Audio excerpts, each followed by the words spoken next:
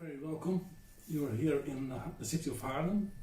This is a beautiful place. We are selling here arts, we are selling here coffee, but we have also this kind of activities. Just enjoy this evening.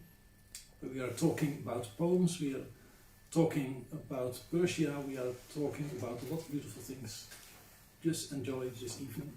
I will introduce you to Marian, and he will show you a lot of beautiful things about Persia. Marian. Thank you. Thank you first of all for taking the time to come. That's a gift already. And thank you, Ronald, for opening your new space. May it be a blessed beginning, a blessed new year to all of you. And thank you for Sedat and Iris, who suggested this venue and who are so generously hosting us here in Haarlem. This talk is actually the Dutch version of a talk that I already gave in Istanbul a few weeks ago, and I'm very happy to carry it to Europe in that way. So you will hear something about Iran tonight, and maybe I would like to start by an invitation, which is my underlying intention for this talk. It is an invitation to see the beauty, to perceive the beauty, because beauty is a very important virtue in Sufism. And in the case of Iran, what we usually get as people living in Europe and watching media is not beautiful, particularly. It's often the ugly things that we get served by the media. And seeing the beauty doesn't mean that we close our eyes to the problems that might exist, but it's an invitation to look deeper and ask, how do I want to perceive the world, and where do I want to put my attention? Because I think we have a choice. Rumi often speaks about this choice, and he says in Farsi, Ey barodar to hamon andishe-i, ma baqi to ostokhon o rishe-i, gar gul ast andishe to gulshani, var bod khari to hime gulkhani. More or less, it translates like this. He says, oh brother, you are your thoughts. The rest of you is just bones and flesh. If you think of the roses, then you become a rose garden. But if you think of the thorns, then you are fuel for the oven. So the importance of perspective, of thought. And especially nowadays, we started the year with some political turmoil about Iran, so this is not going to be a political talk, but it's maybe also important to see that right now there is a whole concentrated campaign going on to emphasize this ugliness. So let's try to really also send some good energy into that. Especially with Trump now announcing that he wants to wipe out Iran's culture, which is crazy. So it's kind of timely that we have this talk now. I would like to start with a little experiment. I will read a poem to you in Farsi, and I would like to ask you to close your eyes and just see how it feels, the sound. I suppose that none of you will understand, but maybe just see how the words and the language feels to you. It's a poem by Rumi. Man ghulam qamaram, غیر قمر هیچ مگو. پیش من جز سخن شمع و شکر هیچ مگو. سخن رنج مگو جز سخن رنج گنج مگو. ور از این بی خبری رنج مبر هیچ مگو. دوش دیوانه شدم عشق مرا دید و بگفت آمدم نعره مزن جام مدر هیچ مگو. گفتم ای عشق من از چیز دگر می ترسم. گفت آن چیز دگر نیست دگر هیچ مگو. من به گوش تو سخنهای نهان خواهم گفت. سر بجنبان که بله جز که به سر هیچ مگو. قمری جان صفتی در ره دل پیدا شد، در ره دل چه لطیف است سفر هیچ مگو. گفتم ای دل چه مه است این؟ دل اشارت می کرد که نه اندازه توست این، بگذر هیچ مگو. گفتم این روی فرشته است عجب یا بشر است؟ گفت این غیر فرشته است و بشر هیچ مگو. گفتم این چیست بگو زیر و زبر خواهم شد. گفت می باش چنین زیر و زبر هیچ مگو. ای نشست تو در این خانه پر نقش و خیال، خیس از این خانه برو رخت ببر هیچ مگو. گفتم ای دل پدری کن، نه که این وصف خداست. گفت این هست ولی جان پدر هیچ مگو.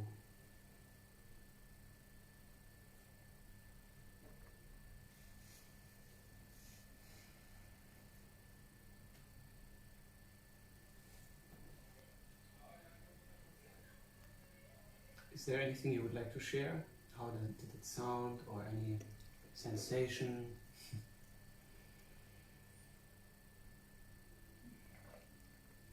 It feels soft. Yeah, it's really wavy, woolly sound. Yeah. Yeah, like it's all connected. More like a song than separate words. Mm-hmm. Yeah.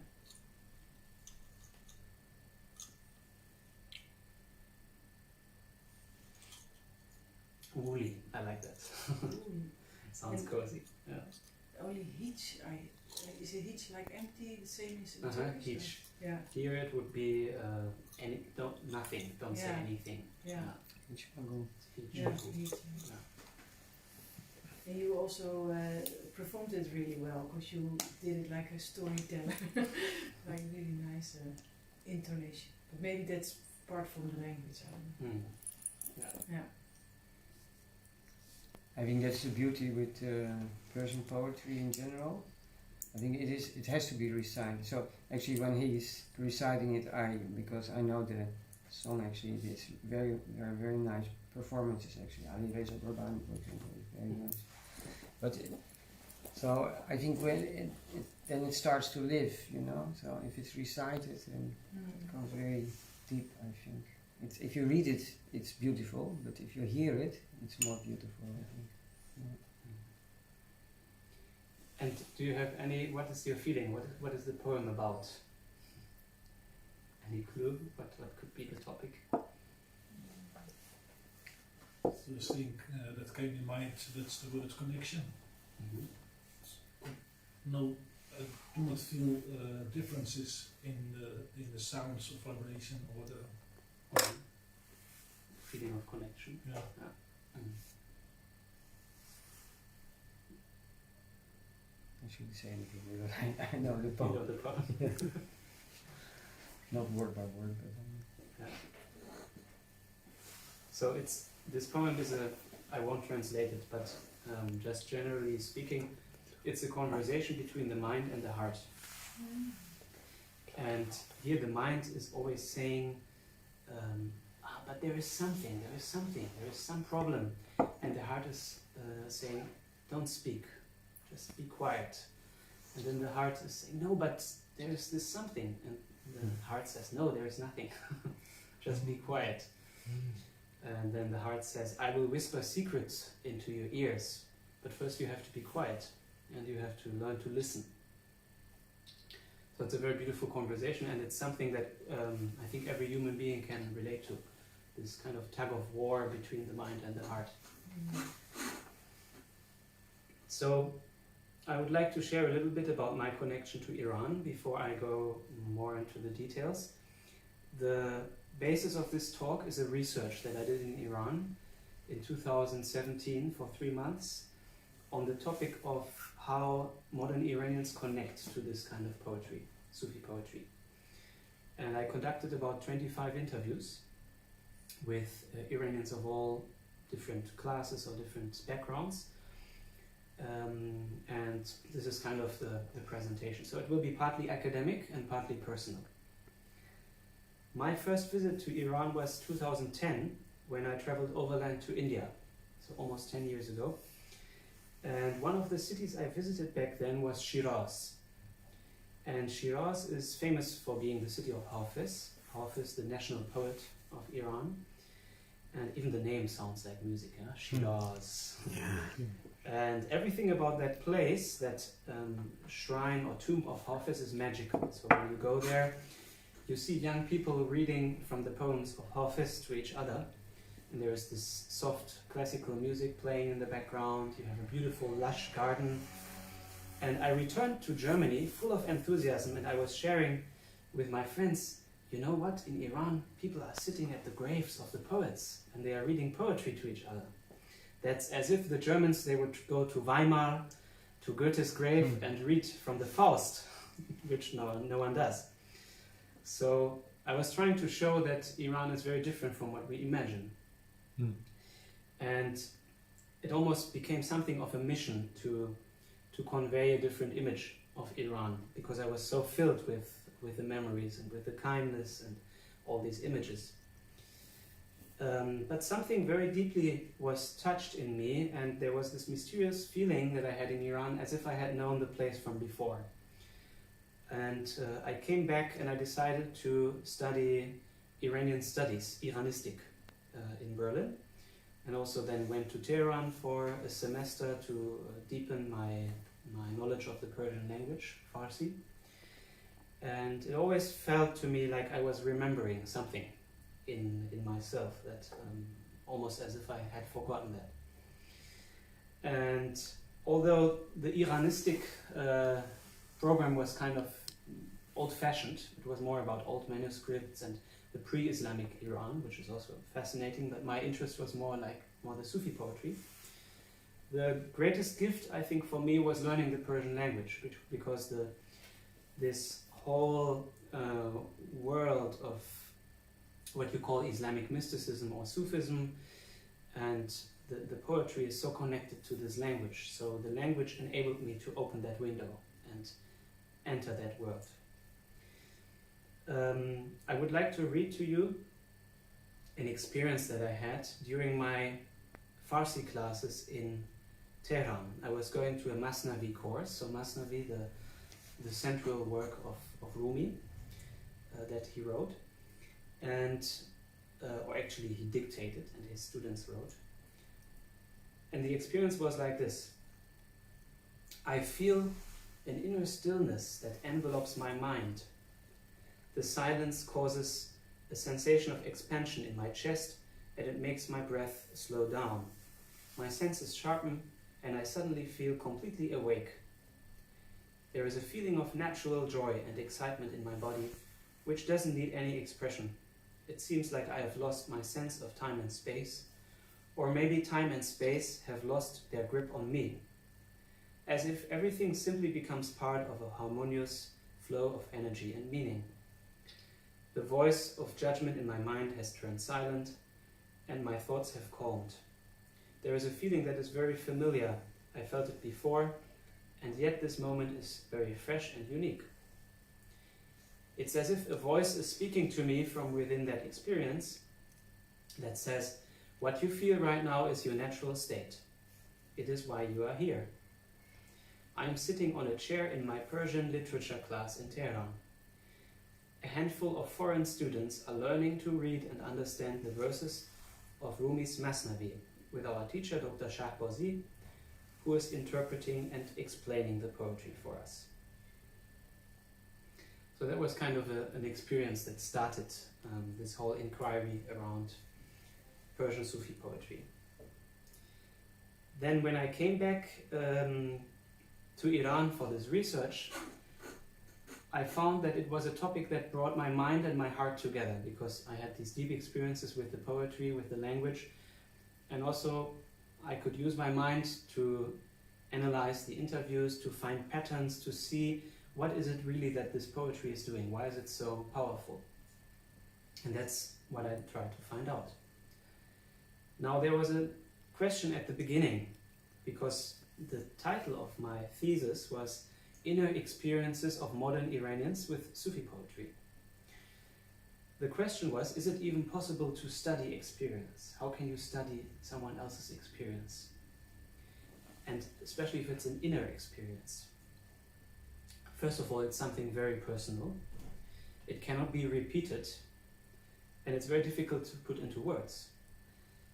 So, whatever I was speaking about with these people, it was not the experience, but some conversation about experience. So there was the experience, then the person had to reflect on that experience and then tell it to me, and I had to reflect on it in my thesis. So there were lots of steps in between. There is an interesting quote that I found where the American scholar James Taylor, he speaks about something called poetic knowledge. And I will read this to you. He says, poetic experience indicates an encounter with reality that is non-analytical, something that is perceived as beautiful, awful, spontaneous and mysterious. Poetic knowledge is a spontaneous act of the external and internal senses with the intellect, integrated and whole, rather than an act associated with the powers of analytic reasoning. It is, as we might say, knowledge from the inside out, radically different from a knowledge about things. In other words, it is the opposite of scientific knowledge. So here I was trying to understand these experiences in a scientific framework, but actually it's impossible to speak about it. And the interesting thing is that Sufi poetry kind of embodies this paradox, because the Sufis always say that what we experience cannot be put into words. Rumi often even complains about poetry. He says, all this poetry, it's killing me, literally. There is a verse that says, the rhyme and the verses, they are killing me. But on the other hand, he is the most prolific Persian poet. So he's the one who wrote thousands and thousands of verses. So how this, on the one hand you say language cannot get there, on the other hand they use language. And why they use poetry? Because poetry is the language that gets closest to the heart. It's the language that is able to convey those experiences in the most appropriate way. For some of you it might be already repetitive information, but I would like to speak a little bit about Sufism, because I term this poetry Sufi poetry. So what is Sufism actually? Sufism often we call the spiritual side or spiritual aspect of Islam or Islamic mysticism. As we also have Christian mysticism, we have the Jewish Kabbalah and so on. It is a path that is rooted in the heart of the Islamic revelation and a path that focuses on the inner growth, the experiential dimension of religion, rather than the outer forms of religion. It is a term that we hear a lot, right? Sufis and Sufism, but it's also not unproblematic, because in the West we often use ism for some kind of belief systems, right? We have socialism or communism, and we have Sufism. So can we even call this Sufism? It's a word that was actually created by Western scholars. And it tries somehow to unite a lot of religious phenomena between Morocco and Indonesia. So that's kind of the geography we are talking about. It's a very vast area. On the other hand, the word Sufi as such, tasawwuf in Arabic, in Sufi sources it has a very specific connotation that is more like ethical and spiritual. Even Hafez, he uses the word Sufi in a negative way. He says that Sufis are the ones who are hypocrites and who like to show off with their piety and their religiousness. So the word is very ambiguous, kind of. In Iran, they use the word irfan, and irfan means knowledge. Knowledge or gnosis. Gnosis is the English word. And that's kind of a broad term, so they would call Sufi poetry Sher irfani. So irfani, poetry. I already spoke a little bit about the importance of experience in the Sufi path. It also is connected to the Arabic word dhawq. Dhawq means taste, to taste something. Maybe to give an easy example, let's say you went on a holiday in Italy and you had a very delicious pizza in Napoli. And you go back and you try to explain to someone how this pizza tasted. So how will you explain it? You can talk about the tomato paste or the thinness of the dough, but you cannot transfer that experience, that dhawq, to the person. The person has to come and eat the pizza. So the same thing is with the poetry. You have to really taste it, and that's why the word taste also means experience in Arabic. Now in Islam, the Quran actually warns people about poetry. It says that poetry can divert you from God. And there is a certain kind of poetry that is meant, which is the poetry of the pre-Islamic times, which was usually about women or horses or hunting or topics like that. But the Sufis, they began to use poetry as a tool to teach people these spiritual sensitivities. And especially in Iran, it became a very important medium for philosophy, for Sufism, and for all these subtle aspects. By the way, if you want to ask in between, you are very free to interrupt me. Now, I already said that poetry for Sufis is the language that comes closest to experience, because it speaks not so much to the mind, but it speaks to the heart. Also, there is something else. When we read a poem, often there is an ambiguity with the language. One word can mean several things. And that's especially the case with Farsi. For example, Hafez, he's the master of this ambiguity. And that also relates to the ambiguity of the experience. So you can't really grasp it. And that's why poetry is very fitting to transfer that ambiguity.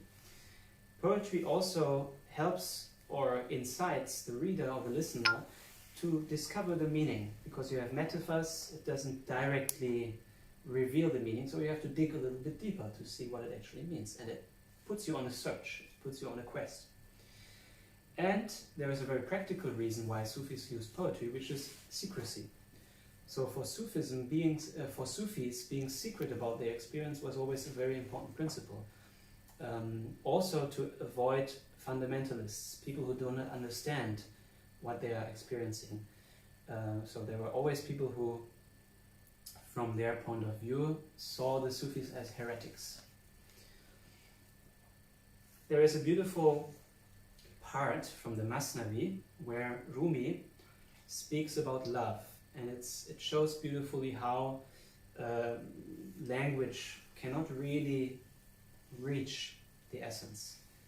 And he says in Farsi, هرچه گویم عشق را شرح و بیان چون به عشق آیم خجل باشم از آن گرچه تفسیر زبان روشنگر است لیک عشق بی زبان روشنتر است چون قلم اندر نوشتن می شتافت چون به عشق آمد قلم بر خود شکافت عقل در شرحش چون خر در گل بخفت شرح عشق و عاشقی هم عشق گفت آفتاب آمد دلیل آفتاب گر دلیلت باید از وی رو متاب.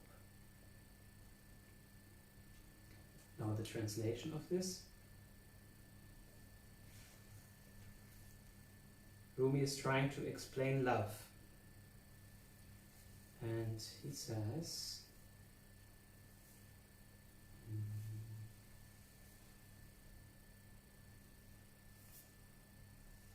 whatever I say in explanation of love, when I come to love, I am ashamed of that. Although the commentary of the tongue makes things clear, yet silent love is clearer while the pen was making haste in writing, it split upon itself as soon as it came to love. In expounding love, the intellect lay down like an ass in the mire, ass meaning donkey here. It was like a donkey in the mud that got stuck in the mud, the intellect. It was love that uttered the explanation of love and being in love. The proof of the sun is the sun itself. So if you want a proof, then do not avert your face from him. Him is the sun. If you want to know the sun, then look at the sun and be with the sun. So this is a way how kind of Rumi is lamenting that words can never really touch love, and you need to be in love. And my thesis in a way was also had that same dilemma, because I couldn't really touch these experiences. I could only kind of circle around it and find my way. A quick note about Rumi that is also important to mention.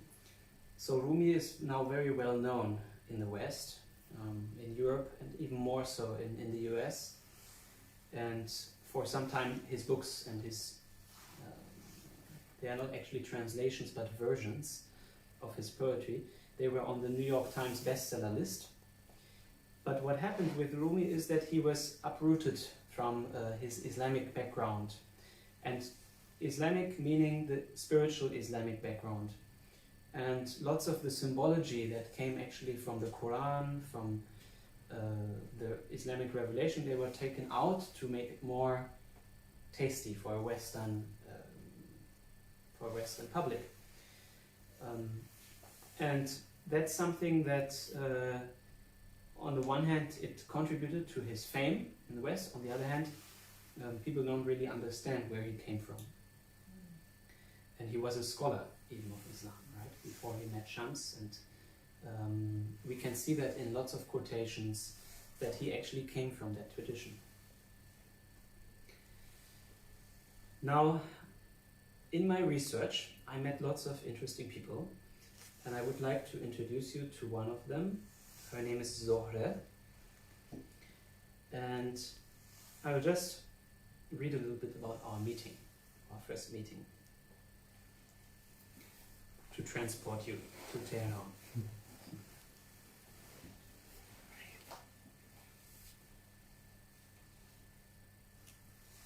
It is a Friday, the holiday of the Iranian week. I have joined my friend Hossein to visit his parents. We arrive at a modern apartment building on the northern edge of Tehran, where the city meets the mountains. Close by, there is a well-known weekend destination known among Tehranis as the Roof of Tehran. The air in this upper middle-class neighborhood is clean and quiet. It is worlds apart from the hustle and bustle of downtown Tehran. Zohre and her husband, Mojtaba, are sitting in a spacious living room, warmed by a gas heater.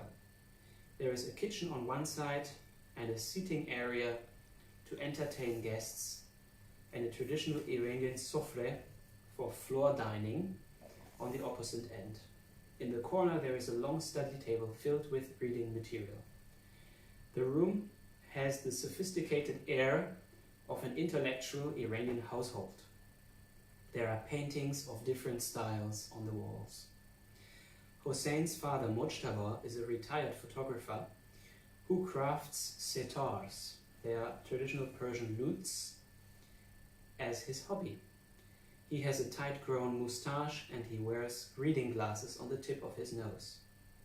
He proudly shows me his collection of hand-carved reed pens that he uses for his daily calligraphy practice.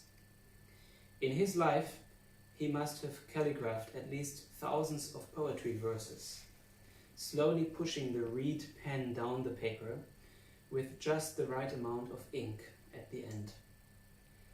One of the walls in the living room is entirely covered with bookshelves containing the most valued treasures of Persian literature. Dictionaries of the Farsi language, thick books explaining 2 millennia of Persian literary history, anthologies of classical and modern poetry, and long-stretching multi-volume commentaries on Rumi's Masnavi by different Iranian literary masters. Mojtaba's wife, Zohre, is a retired literature professor who taught at a university in Tehran. She has lived with Persian poetry ever since she can remember. From the days of her early childhood, her father and grandfather would read to her from Ferdowsi's Shahnameh and from the poetry of Hafez for a while, and her grandmother used to sing verses from Rumi's Masnavi into her ear. Her father would also encourage her to read the poetry books that he kept in his private library. Zohre told me, because of my early exposure to poetry, soon in my youth I could memorize any poem after having read it for 2 or 3 times. So that's how I met Zohre, and we started speaking about poetry, and I had this poem on my laptop that I liked very much. It's by a poet that's not well known. His name is Hafez, and I started reading a verse to her, and it's not a short poem, it's more than 100 verses, and the verses are double verses, so they are quite long. And I started reading it, and she continued to recite it by memory, all these verses. And when I asked her, how comes that you know this by heart, I said, do you also know Rumi poems by heart? And she says, yes, hundreds of them. So I could just open any random poem and read it, and she would go on and recite it from her memory.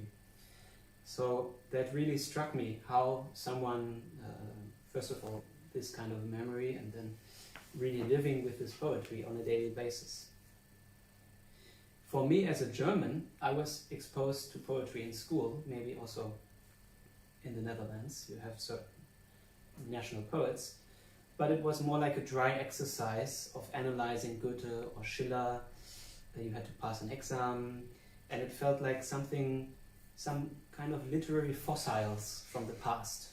But there was no relation to my daily life, although Goethe died only 200 years ago, actually even less than 200 years ago.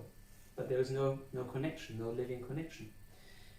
And when I reflected on it, I felt that there was no one who sparked that kind of connection, no one who had that kind of enthusiasm for poetry, and also wasn't looking for anyone like that. And I'm not even speaking of the medieval German mystics like Meister Eckhart or Jakob Böhme, who are kind of friends of Rumi in a way, and even contemporaries of Rumi in their thought and their mysticism. So later I realized that in Germany, and maybe we can say in Europe or in the West, this kind of literary culture is something that is perceived as outside of you. Whereas in Iran, it is something that is internalized. So people really live in this poetry, and they live through the poetry and experience their lives with these poems. Even taxi drivers. At one point, I got stuck in a traffic jam in Shiraz, and the taxi driver, while waiting to drive on, he just started reciting the poems by Hafez, one after another. So this also showed me that it's not only some kind of intellectual elite that knows poetry, but it goes down into all the social classes. When I lived in Tehran and I was walking through the streets, I was very aware of all the different signs of this poetry in the daily life. So, for example, you can see children selling envelopes with poems to people who are on their way to work. They are called far. And you also see it in the names of the streets or the metro stations. There is a station named after Sadi. There's a station called Molavi, which is the Persian name for Rumi. And there's a central street called the Inqilab Street, and it's full of bookstores, probably the highest concentration of bookstores I've ever seen anywhere. And in these windows of the bookstores, you always see the great masters of poetry on display. And I walked into one of these bookstores, And the booksellers told me that the bestseller here in our store is Rumi's Masnavi, but not only the Masnavi, but 6 thick books of commentary on the Masnavi. So it takes like 1 meter of space in your bookshelf, but it was selling like a bestseller. So I asked myself, where does this way of living with poetry, where does it come from, and what is it about? There is a contemporary philosopher in Iran, he passed away recently, Dariush Shoyagan, and he says that there are 5 important poets in Iranian culture. And he says these poets, they are Ferdowsi, Khayyam, Rumi, Sadi, and Hafez. In the West, we mostly know Rumi and Omar Khayyam, Hafez also. And each of these poets represents another aspect of the Iranian soul, almost like an archetype. And they're all different from each other. They all have a different focus. So Ferdowsi is the epic poet. He composed the national epic. So there's a lot of history, a lot of myth. Khayyam he was translated into English in the US and is often seen as almost like an advocate of hedonism in the West, someone who says enjoy your life and live as you like. So he comes from this. He's a Sufi, but he was also a mathematician, a great scientist. Rumi is the poet of ecstasy and love. Sadi is the moral poet of the Iranians. So he makes very fine and subtle moral, ethical points. And Hafez is first of all beauty. His poems are very beautiful in the metaphor, in the language, and he's the master of ambiguity, putting different meanings in verses and kind of tricking you with his. He's also playful in a way, and he's the one that is most loved, you can say, among Iranians. So the book of Hafez is almost the same as the Quran. You have the Quran and the Divan Hafez next to each other in the bookshelf. So when Iranians read this kind of poetry, they connect to a century-old field of culture and spirituality. And it's also related, of course, to the Persian language. It's a very metaphorical, a very musical language, as you heard. So much that one of the people I interviewed, my friend Farshid from Mashhad, he said that Sadi has not composed poetry in Farsi. Actually, we are speaking the language of Sadi. So through the poetry, also lots of proverbs and elements came into the language. So people now in daily conversations, they often use verses or poetry to make a point, in arguments or in all kinds of situations. So for Iranians, the relationship to their own roots as Iranian people is best expressed through poetry. And knowing poetry, also knowing it by heart from your memory, is a way of showing that you belong to Persian culture. And it gives almost like a story of being one people, a national identity that glues people together. At the same time, I need to make a footnote here, which is that Iran is also a country that is changing very fast, and there has been an influx of the global culture in the last years and decades. American culture, if you can call it culture, that brought in a lot of materialist tendencies and hollowing out these more deeper spiritual traditions. So you can find lots of young people who don't understand the poetry, who don't want to understand, who don't also see it as something valuable. But still, the language of Iranians being Farsi, they have direct access to this Sufi poetry. They don't have to rely on translation. Once I told one of my friends from the research that actually, do you know that because your mother tongue is Farsi, you are actually sitting on a treasure. You have a great treasure in your language. And she was totally surprised. She told me, oh, I never saw it that way. I needed you as a foreigner to tell me this, to come and see that actually I have a great treasure here with my native tongue. So yes, we have all these translations of Rumi and of these poets, but of course some core concepts, like spiritual concepts, they are very difficult to convey in a different language. You really have to explain a lot to get the same meaning. And also another footnote, so academicians like footnotes, right? There's another one. We should not equal Iranian Sufi poetry with Iran as a nation. So it's also the heritage of Afghans, of Tajiks, and to a large extent also South Asians, Pakistanis, Indians, because Urdu, the language of Muslims in South Asia, is very closely connected to Farsi. So all of them, and even Turkey to some extent through Ottoman, they all share in this heritage of Persian Sufi poetry. And Rumi, of course, he would just say, I belong to humanity.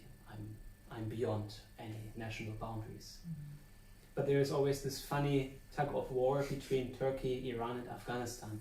So the Turks say that Rumi or Mevlana, he belongs to us because he lived here most of his life and he is buried in Konya, in Turkey, in Anatolia. But the Iranians say, haha, you can't even read the poetry, you don't know Persian, so how can you say that Rumi is Turkish? And then the Afghans say, well, no, he was born in Balkh, which is also disputed by some people, but Afghans say he's our national poet. And again, Rumi, probably he would be just laughing at this kind of conflicts. So,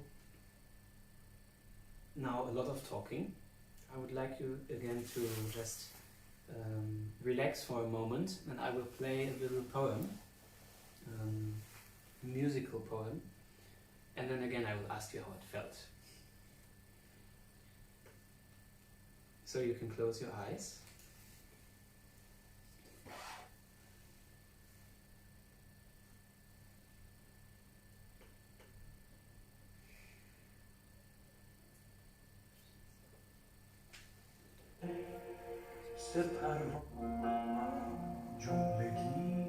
جملگی در حکم سپروانه در جهان عاشقان افسانه اولی خود را به شب نزدیک گفت من یافتم مناش دومی نزدیک شغل بار زد گفت من سوختم در سوزش سومی خود داخل آتش فکند آری آری این بود معنای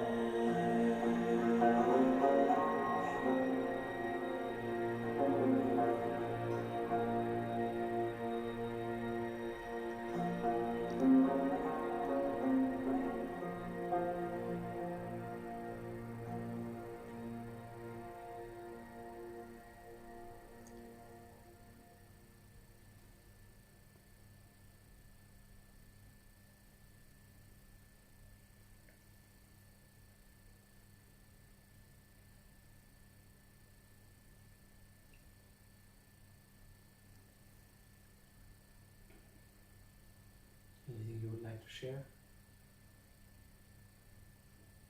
Did you know the poem? Yeah, I know it, and I know the performance is very beautiful. Yeah. It's very nice. It's Attar, isn't it? Yeah. Attar, yeah.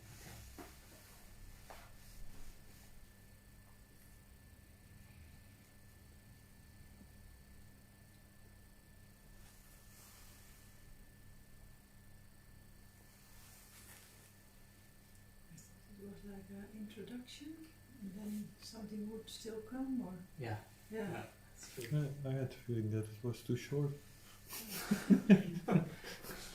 It's actually part of the soundtrack, and Okay, there's something following, I think. right. But it's a very famous poem, and it's Attar. whose grave is in Neshabur in the northeast, Khorasan.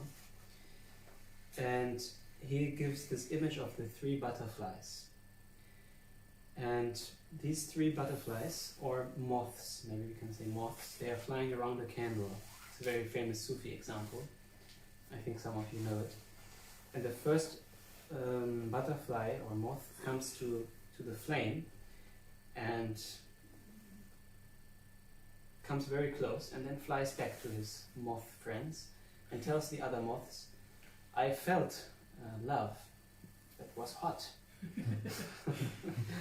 And then the second butterfly comes and gets a little closer to the candle and burns his wing a little bit in the candle and comes back to his friends and says, I felt love, I burned myself, it's burning.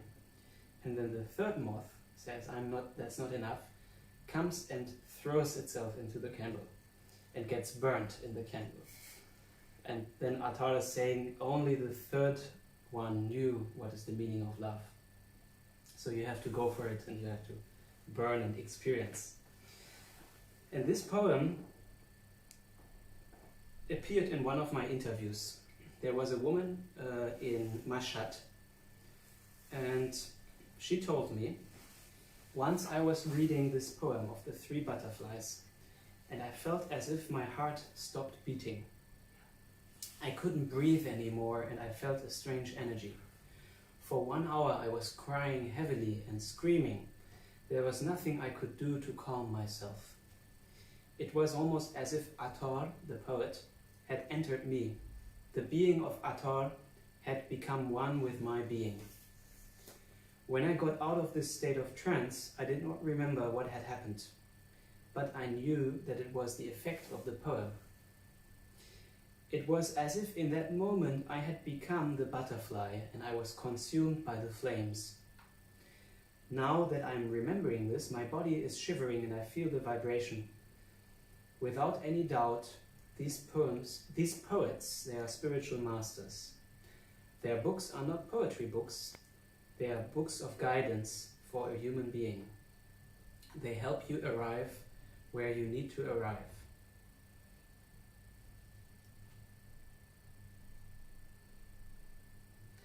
So that was quite a striking example of an experience that someone can have with this kind of poetry. And it showed me that it is not so much about the content of the poem, but the experience that the poem creates in the reader. And this was a strong experience. So the poet creates a bridge between his own experience and the experience of the reader. And in the middle, there is the poetry. And Attar, she said that Attar, it was almost like Attar had entered me. So it's almost like Attar is speaking out of her. And I will explain a little bit more what that means.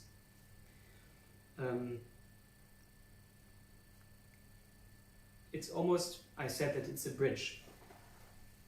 But there is an interplay here, so this is now theory, between a positive pole, which is the poet, and his craft. So how skilled is the poet in conveying this experience through language, through music in the language, through rhythm and rhyme. And then there is the negative pole, which is the reader. The reader, how receptive is the reader in that moment for the poem? So how much you are really aligned to what the poet is trying to tell you. So these two poles, they are in an interplay. And I would say that the negative pole, so the reader and the state of the reader or the listener, is actually even more important than the positive pole. And I call this negative pole, or this kind of reading poetry, intentional reading. So what kind of intention do you bring to the poem when you read it? And the people that I interviewed in my research, they were people who generally had a spiritual orientation in their lives. So they were thirsty, they were looking for something more in their daily lives. And they were turning to poetry to give direction and meaning to their lives. So this created an inner attitude, a readiness to have that effect of the poem. And traditionally, as already we said in the beginning, the poems, they were not read, but rather you had to listen to them. But because now we are so dependent on print media in the last about 100, 150 years, it has become a silent reading experience. But actually, for hundreds of years, it was spoken and sung and chanted. The importance of listening, so listening to the poetry recital, but also listening to yourself in a deep way, is also emphasized by Rumi, because the first word of the Masnavi is Beshno, and Beshno means listen. So he has this work of 10,000s of verses, and the very first word of this is listen. And that's how Rumi shows us it is important to make yourself fully empty and to really listen deeply. So that is when actually you can understand me and you can receive what I want to teach to you. Because the Masnavi is a living teacher. It's not only a book, it's really a living master, and that is how it has been perceived also in the Mevlevi tradition in Turkey that carried on the Masnavi reading throughout centuries. There was an Iranian professor, Shafi Katkani, that I met in Tehran, and he told me every poem is like a mirror. So it does not have any meaning in itself, just like a mirror doesn't, it's like a blank surface, but it can show yourself to yourself.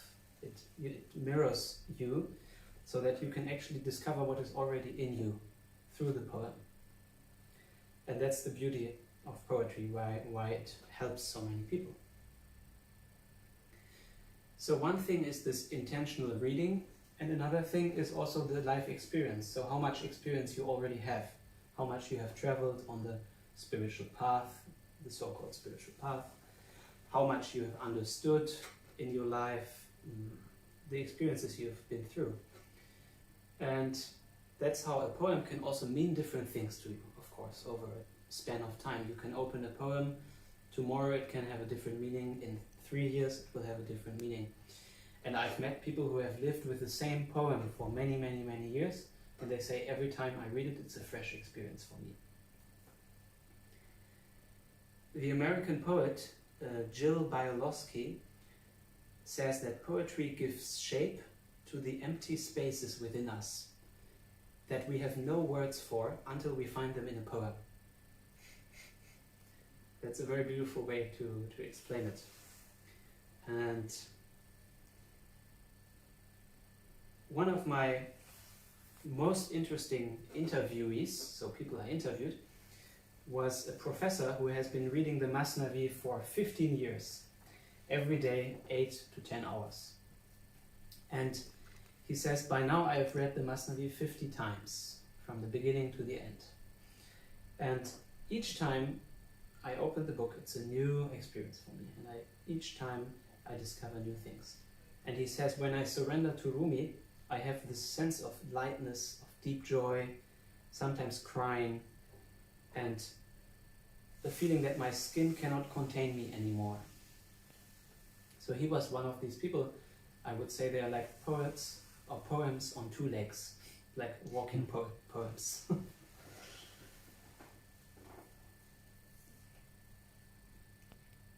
Also, some of my younger interviewees, they had these experiences. Of course, they don't read for so many hours. But one of the girls that I interviewed, she said that when I read Rumi, I connect to the joy in myself.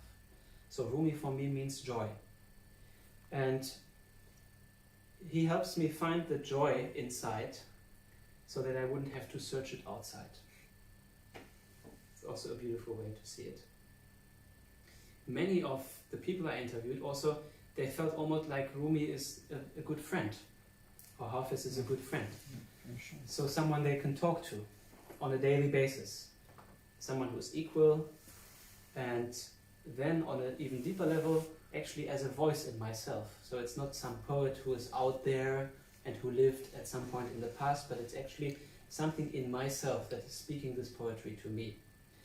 And that's exactly the unitive experience that Rumi was pointing at. Now, a little bit more theory about how these poets work with their poetry. One element that all poetry in all cultures has is that it is full of images, right? Metaphors. So we don't directly say what we mean, but we use metaphors to convey something. And this helps you feel something rather than think about something. And this is very important because it never really shows the truth, but it's pointing at the truth in a way. And it works on a basis of emotions, of feelings. It doesn't really engage your mind immediately, although there is an interplay between the mind and the heart. I had a friend, she was going through a very difficult time. And at some point she said, okay, I will leave everything, I will ask Rumi.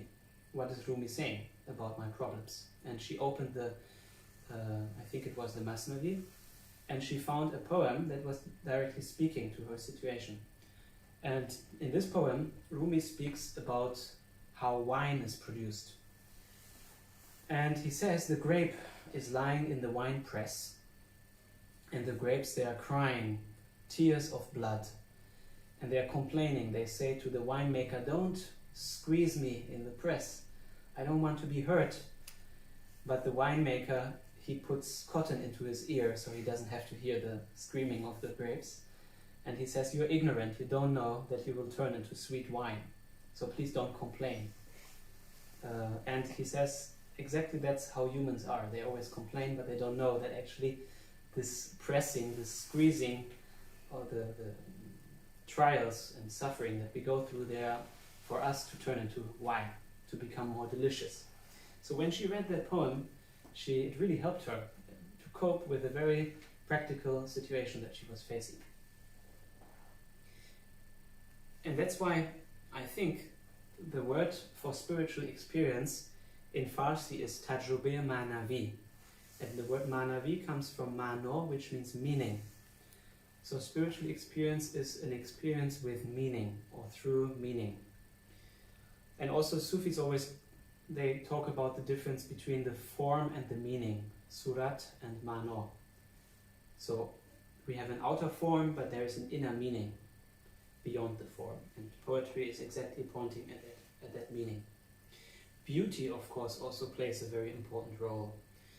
So poetry is beautiful, the language is beautiful, the images are beautiful, and when poetry is sung, it becomes even more beautiful because you have instruments, you have melody connected with it. And the famous Persian Sufi scholar Sayyid Hossein Nasr, he calls this quality of beauty a celestial atmosphere, so a heavenly atmosphere. He says that Persian Sufi literature, it contains kind of a depiction of paradise, which means it creates a kind of celestial atmosphere for the soul to breathe in. When Persian Sufi poetry is read, its didactic elements, so teachings, you have moral teachings that Rumi wants to convey, they become eclipsed to some extent by the presence of an atmosphere of celestial quality. This atmosphere has been of importance not only for Persian culture and the nourishment of the Persian soul, but it also had a profound effect on those outside of Persia. The effect of this literature, especially the poetry more than the prose, has to do with this kind of atmosphere into which the soul enters through the recitation of this poetry. And I think this is also the atmosphere that touched me when I heard the poem in the Persian class. So there's a certain atmosphere that is very hard to describe in Persian Sufi poetry. And then of course the musicality. There's a poem that starts like this: Mor debodam zin deshodam do late eshq o maduman do late poyan deshodam. So it's very dance-like. That's also why they say that Rumi actually, he didn't compose his poetry, but he was uttering his poetry while he was dancing. You have the whirling dance, right, of the dervishes. So he was dancing and the poetry was just pouring out from him. And that's why a lot of these poems, they have such a dance element. another topic, maybe at the end, that is also important, is the topic of fall. So, fall we can translate in English as divination, or also there's the word bibliomancy, which is divination with a book. So you have a certain question or a problem and you try to get an answer. Some people use tarot cards, other people use books, and in Iran they use poetry books. And it is striking that, who of you had the experience with a book at some point? Anyone had that experience that you had a problem or a question and you opened a book and exactly you found the answer? Lots What of you- times. Yeah, Yeah. it's really I do, magical. I do also with Hafez sometimes. Yeah. Yeah. So it's really it creates this sense of magic, right? Mhm. That almost the poet created this poem just for me, for my problem right now. And of course also it's connected to the intention, to your receptivity, to the state in the moment when you ask that question. And also the language and the poetry is in a way that it can address lots of issues. It has always, it can be shaped. But this is a deeply meaningful experience, and often my interviewees, they had stories about these kinds of experiences, and it also made them see the poets as almost divine prophetic beings who are able to understand you and who just composed this poetry just for you. And that's, I think, the reason why poems like the ones of Rumi, they never get old. And even though now it's 800 years ago, they are still so popular, and even the popularity is growing in Iran, for example, at the moment, which is also obviously for reasons that the times that Iran is going through. So people turn to this poetry to find meaning in their lives. I also had an experience during my research. I had one poem that always came back to me, and I was using the Divan Shams. It has 3,000 poems, more or less, and always when I opened the book, that same poem came back. And I looked if the page, there was something with the page, or maybe but it seemed like really that poem told me like, yes, what you're looking for is here. So Jung often talked about this as synchronicity, right? The experience of meaningful coincidence. Now to close, what does this poetry do on a daily basis to Iranians?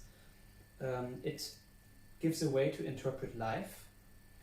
It gives a compass. It helps in very practical ways.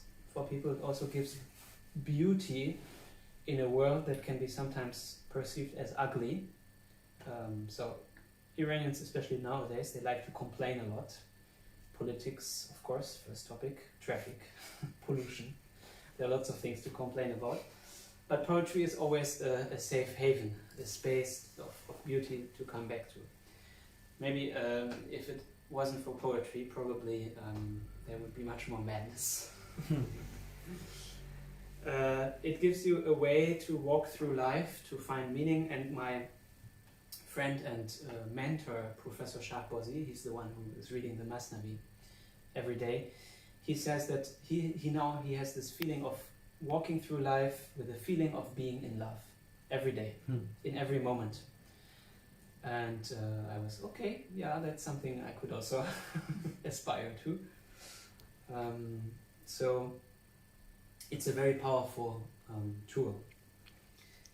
And yeah, that's maybe a thought to close this talk, with the intention for all of us to discover this feeling of being in love more and more. I think that's what the world needs. Okay, I don't have any other conclusion. I leave it to you if you have any questions or additions we have some Iranian experts and lovers and Sufis and walking dervishes and a rich audience. So share, please.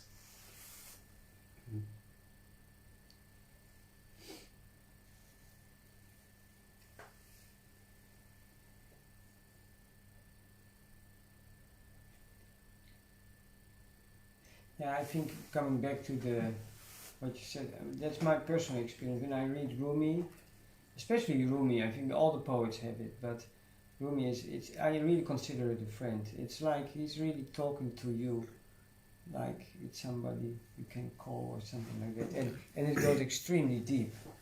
So I'm in love with Rumi for a big part of my life, I think. I started to read it when I was 20 or something like that. So that's a long time ago. And it keeps coming back always in my life. And I think it is, I think you define it very nice, so I don't think there's so much to add, because you put all the nice points actually which are important in Persian poetry. But it is, I believe definitely poetry is a bridge, so it really can bring you into that other state. So, and I think all for example, in the Zen you have the koans. They have sometimes a very similar way, you know. And it's not a logical way. It's not, but it can bring you there just by reading it. Yeah. And every time again it goes also deeper. That's also my experience. When you read it again, it's oh wow. And then you read it in another moment in your life, and then but that's another layer. Wow, that's there too. So it's a bottomless sea, eh? Yeah. Darya Bipayam. Yeah. Beautiful. Yeah. Like an onion, always. Yeah. Yeah. I used to have that with Omar Khayyam. Because in fact Omar Khayyam is in Turkey also very well known. And you have every now and then a new translation into New Turkish. So when you read it, then you always discover many layers of Omar Khayyam. Every time when you read it, and then you rediscover another meaning at that moment.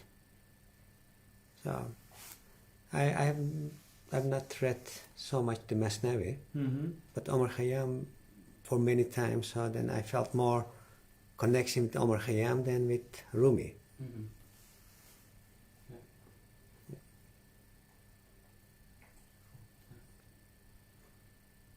He is also very loved in Iran, and his grave in Nishapur always full of people. The only, I think, grievance that they have is that they're not allowed to drink wine there. Yeah. Because he speaks about wine so much. Wine. Yeah, Omar Khayyam is also very beautiful. Yeah, but you don't know what the wine means in his poetry, because in Quran you also have many verses about wine, but it doesn't mean that you have to drink wine, but this is the divine wine.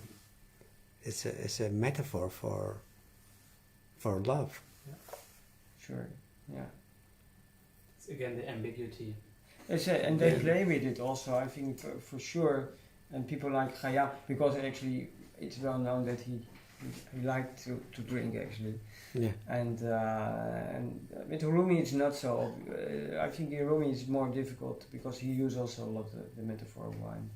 But I think with Omar Khayyam but definitely there are many layers, so you can read. Yeah.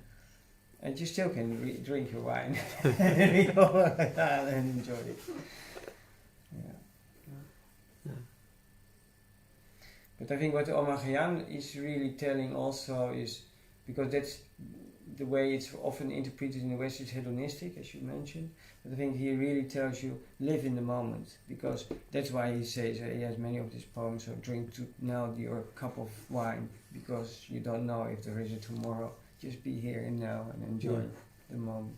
I like that approach, actually. It's very good. But a lot of people in Middle Eastern countries, they recognize also a lot of things for protesting, because he's against corruption, he's against hypocrisy, he's against the power of the rich and says of the clear sea. Yeah. Yeah. Mm-hmm. Yeah, some poems of Khayyam or Hafez, they are like written just for our times. Yeah, Even on a political, that's true. Yeah, social level. Maybe that's the reason of the popularity in Turkey, because Mhm. then people really get something out for their daily now for today, Mhm. not for 200 years ago, not for 400 years ago, Mhm. but it speaks you as if it's written for a situation just now where you're in. Mhm. Yeah, I think that's also true. It's always for that moment. But it's interesting. There's a nice book. I think you know. It's from Shajarian, Mm. and it's two books actually. And Shajarian, of course, is one of the greatest singers in Iran. He's now very ill, but and of course he explains also how he used poetry. Because actually that was it's still a very political time, or tense. Actually, when Shajarian started, it was still in the Pahlavi time, but then of course the revolution came. And actually many of the songs, if you see how and he played also with the words, because he changed. Shajarian also changed the words of Hafez, for example, sometimes, just one or two words, but then they get a very actual meaning. And that's also interesting. That's always they do also in Iran and in Turkey. They do the same. They just change a little bit the poem, and then Yeah. it never stops. Yeah. But Iranians are really they are one with the poetry. Mhm. Because I was also in the rose garden of Hafez in Shiraz, and then you're there, and then you feel everybody is reading Hafez by heart. Mm. So if you randomly ask any Iranian anywhere in Iran, they can recite at least 10 poems, instantly, simultaneously. So anywhere you go, they recite the poems. Yeah. So maybe this is the sign for ending.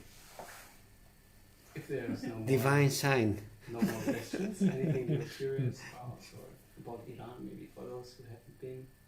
I'm very curious, but I think it's like you said in the beginning, it's good to have your own experience. Mhm. It's something that difficult to transfer. Mm. Yeah. Because also, if I also grew up with Rumi poetry via my mom's guru, so there was a lot of poetry in Osho's readings. But still, if you go to Rumi's grave, for instance, you get a total new experience, because then, apart from it being very normal that it's in your daily life, which is already strange because it's not supposed to be normal that it feels so close to you, Mhm. but it does. And then when you go there, it's you go to Konya, you feel even more like you're really visiting him, like he's alive now, Mhm. which he's not. So that's really confirmed it for me that it's something much more that we can't understand or cannot express in words. Or Mm. even poetry is maybe the closest, but still you have to go there Yeah. to get it all into the blood or into the heart. Mhm. Marian, thank you very much. Yeah. Thank you It was for coming. a big pleasure to listen to you, and we have learned a lot today, and maybe we see you next time in Haarlem again. Inshallah. Inshallah. And also thank to Kunst and Cappuccino in Haarlem, and if you're into art, then you have to visit Kunst en Cappuccino in Haarlem. Gierstraat, number 8. Number 8. And it's also good for have cappuccino. That was a good closing.